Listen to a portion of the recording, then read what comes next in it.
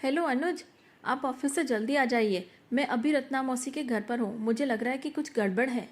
गड़बड़ है मतलब? रत्ना मौसी दरवाज़ा नहीं खोल रही हैं।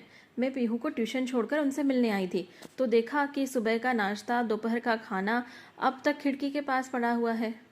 हाँ, सुबह भी उन्होंने दरवाज़ा नहीं खोला था तो मुझे लगा कि शायद नींद है, इसीलिए मैं खिड़की के पास रख कर आ गया था।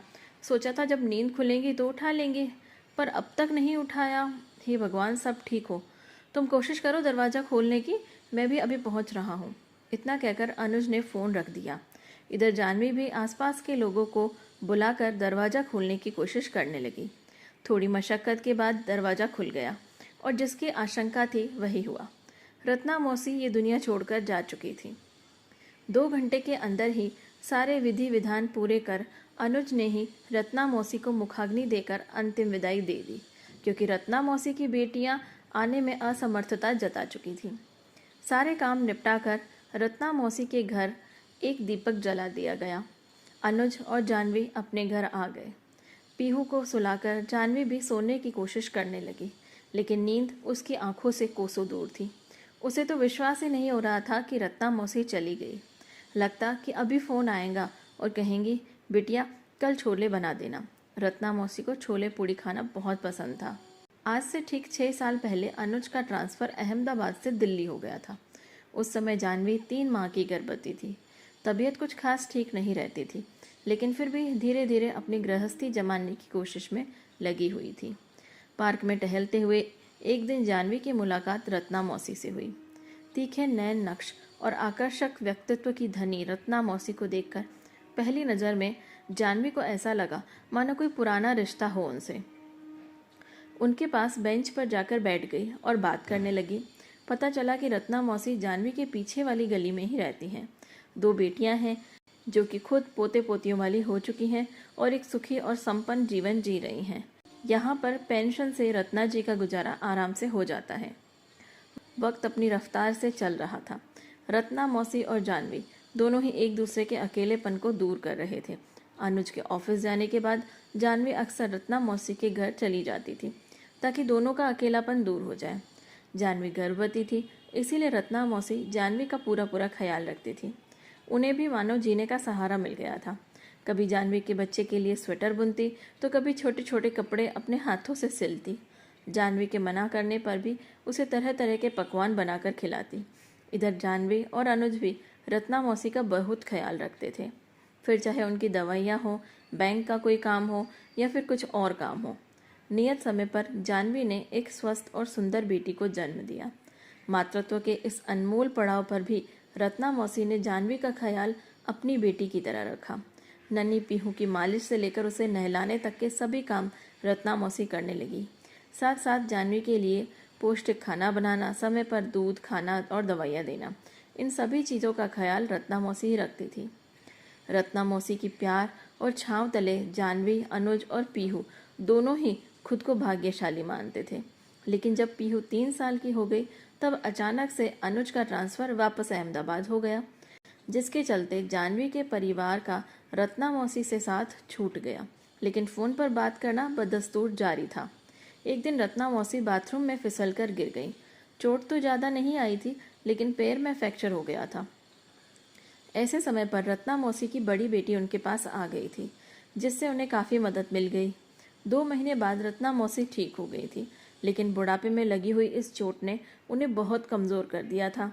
उम्र के इस पड़ाव पर अब उन्हें किसी की ज़रूरत महसूस होने लगी थी।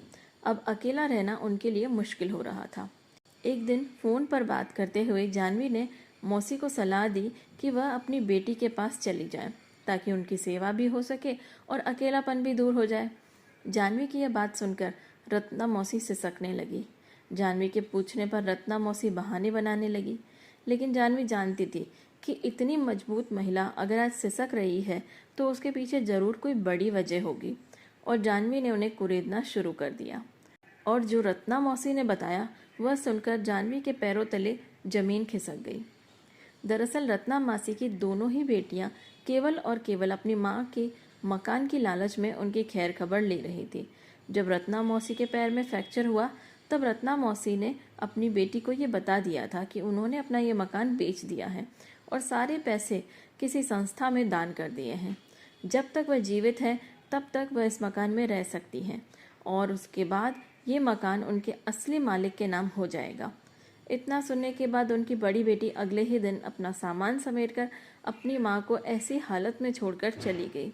जबकि होना ये चाहिए था कि उनकी दोनों बेटियों में से किसी एक को अपनी माँ को अपने पास अपने घर लेकर जाना चाहिए था।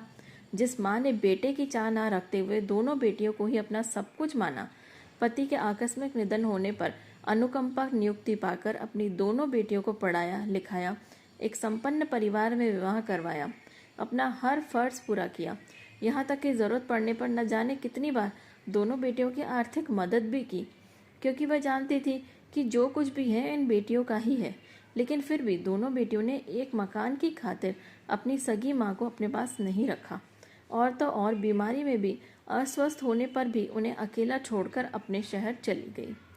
कुछ दिन जैसे तैसे करके रत्ना मौसी ने काम चलाया, लेकिन जब शरीर बिल्कुल साथ नहीं देता तब किसी न किसी पड़ोसी को फ़ोन कर देती, और कभी कोई खाना दे जाता तो कभी कोई दूसरा पड़ोसी चाय देकर जाता। आकर्षक व्यक्तित्व की स्वाभिमानी औरत अपनी बेटियों के कारण पड़ोसियों के रहमो करम पर पलने लगी थी। जब जानवी को ये बात पता चली तो उसके आंसू थमने का नाम ही नहीं ले रहे थे। अनुज तो उसी वक्त दिल्ली पहुंच गए। रत्ना मासी को समझा बुझाकर अपने साथ अहमदाबाद लाने की कोशिश करने लगे, लेकिन रत्ना मौसी अपना अंतिम समय अपने घर में ही बिताना चाहती थी। तब अनुज ने अपना ट्रांसफ़र दिल्ली करवा लिया। हालांकि इसमें काफ़ी दिक्कतों का सामना करना पड़ा, लेकिन सब कुछ हो गया। अब मौसी की पूरी जिम्मेदारी जानवी और अनुज ने उठा ली थी, ठीक उसी तरह जैसे पीहू के पैदा होने पर रत्ना मौसी ने अपना फर्ज मानकर जानवी और पीहू को संभाला था। अब सुबह के नाश्ते से लेकर रात के खाने और दवाइयों की पूरी जिम्मेदारी अनुज और जानवी ने ले ली थी। पिछली रात भी अनुज रत्ना मौसी को अपने हाथ से दवाई देकर और दूध पिलाकर आए थे। सुबह की चाय रत्ना मौसी खुद बनाकर पीती थी, और नाश्ता और दोपहर का खाना ऑफिस जाने से पहले अनुज देकर आते थे। लेकिन दरवाज़ा खटखटाने पर जब रत्ना मौसी ने दरवाज़ा नहीं खोला तो अनुज ने टिफ़िन वहीं खिड़की के पास रख दिया, यही सोचकर कि शायद आज मौसी को अच्छी नींद आई है। लेकिन वह नहीं जानते थे कि रत्ना मौसी को तो कभी न खुलने वाली नींद आई है, कभी न जागने वाली नींद आई है। आज जानवी ये सोचने पर मजबूर हो गई थी कि ये कैसी बेटियां हैं जो अपनी जन्मदात्री माँ की सेवा भी नहीं करना चाहती है। यहाँ तक कि पड़ोसी उन्हें खाना देकर जा रहे हैं, लेकिन उनकी सगी बेटियां अपने परिवार में एक खुशहाल जीवन का आनंद उठा रही हैं। यह कैसी बेटियां हैं जो अपने माँ की अंतिम विदाई देने भी नहीं आ सकी। यहाँ तक कि उन्हें तो यह भी नहीं पता कि उनकी माँ ने किस समय अपना शरीर त्यागा है। ये कैसी विडंबना है। दोस्तों, ये कहानी समाज में हो रहे बुजुर्गों के प्रति जो व्यवहार है उसी पर आधारित है। मैं किसी भी व्यक्ति की भावनाओं को आहत नहीं करना चाहती हूँ, लेकिन फिर भी अगर मुझसे कोई त्रुटि हुई है तो क्षमा प्रार्थी हूँ। अंत में इतना ही कहना चाहूँगी कि माता पिता से बढ़कर इस दुनिया में कुछ नहीं है, कुछ भी नहीं है। हमारे आसपास भी न जाने कितनी ही रत्ना मौसी होंगी जिन्हें शायद हम जानते भी होंगे, लेकिन उनकी मदद करना या ना करना ये हमारे ऊपर निर्भर करता है। क्या आपने भी कभी ऐसी ही किसी रत्ना मौसी को देखा है या उनकी मदद की है? तो कमेंट करके ज़रूर बताइएगा, और आपके इस कहानी के बारे में क्या विचार है ये भी बताइएगा। और हाँ, चैनल को लाइक, शेयर और सब्सक्राइब करना बिल्कुल नहीं भूलिएगा।